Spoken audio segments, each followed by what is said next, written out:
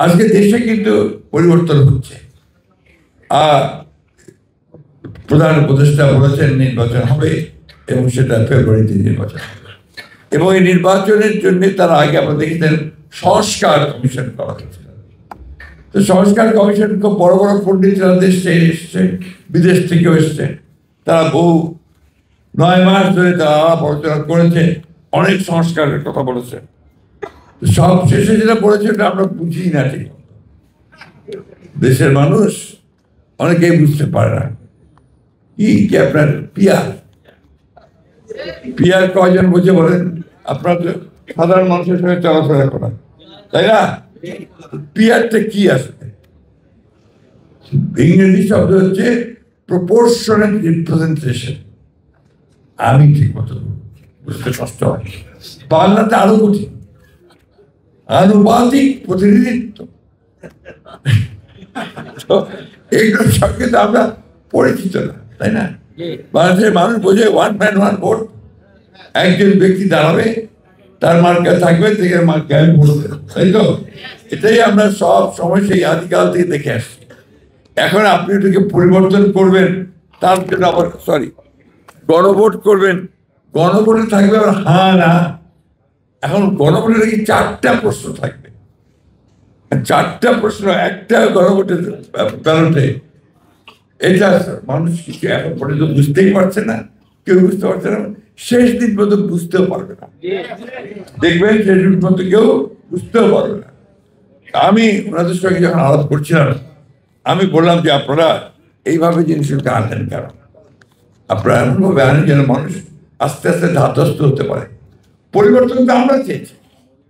BNP আমরা 2016 সালে দেশের বেগম খালেদা জিয়া প্রথম তিনি ভিশন 2030 দিয়েছিলেন, অর্থাৎ 2020 সালে 30 সালে কিভাবে দেশ চলবে সে সম্পর্কে তিনি ধারণা দিয়েছিলেন।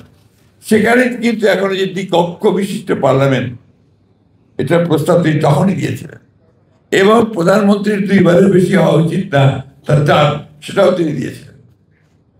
এরপরে 2023 সালে আমরা প্রথমে 27 দফা, পরে অন্যান্য দলগুলোর সঙ্গে আলাপ করে আমরা 31 দফা কর্মসূচি দিয়েছি। ওখানে সংস্কারের সবকিছু আছে, সবকিছু বলা আছে।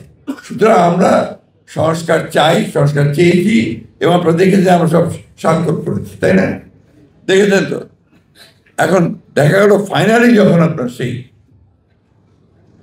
সুপারিশগুলো আসলো, তার অনেকগুলো বিষয় আছে যেগুলো আমরা সই করি নাই।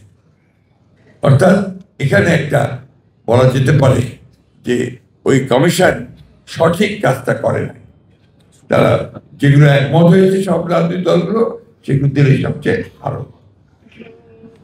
একটা রাজনৈতিক দল সমানে চিৎকার করছে পিয়ার দিতে হবে, পিয়ার দিতে হবে, পিয়ার না হলে নির্বাচন হবে না।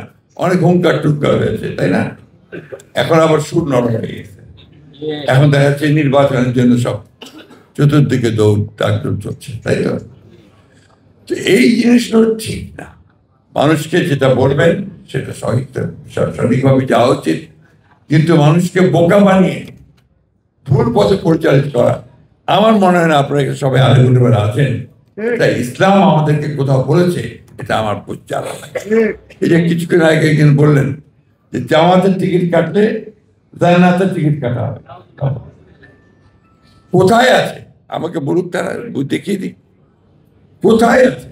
এবং এটা ঠিক না, ধর্মকে ব্যবহার করে রাজনৈতিক ফায়দা নিয়ে নেওয়া, এটা কখনোই আপনার ইসলাম এই কথা বলে না।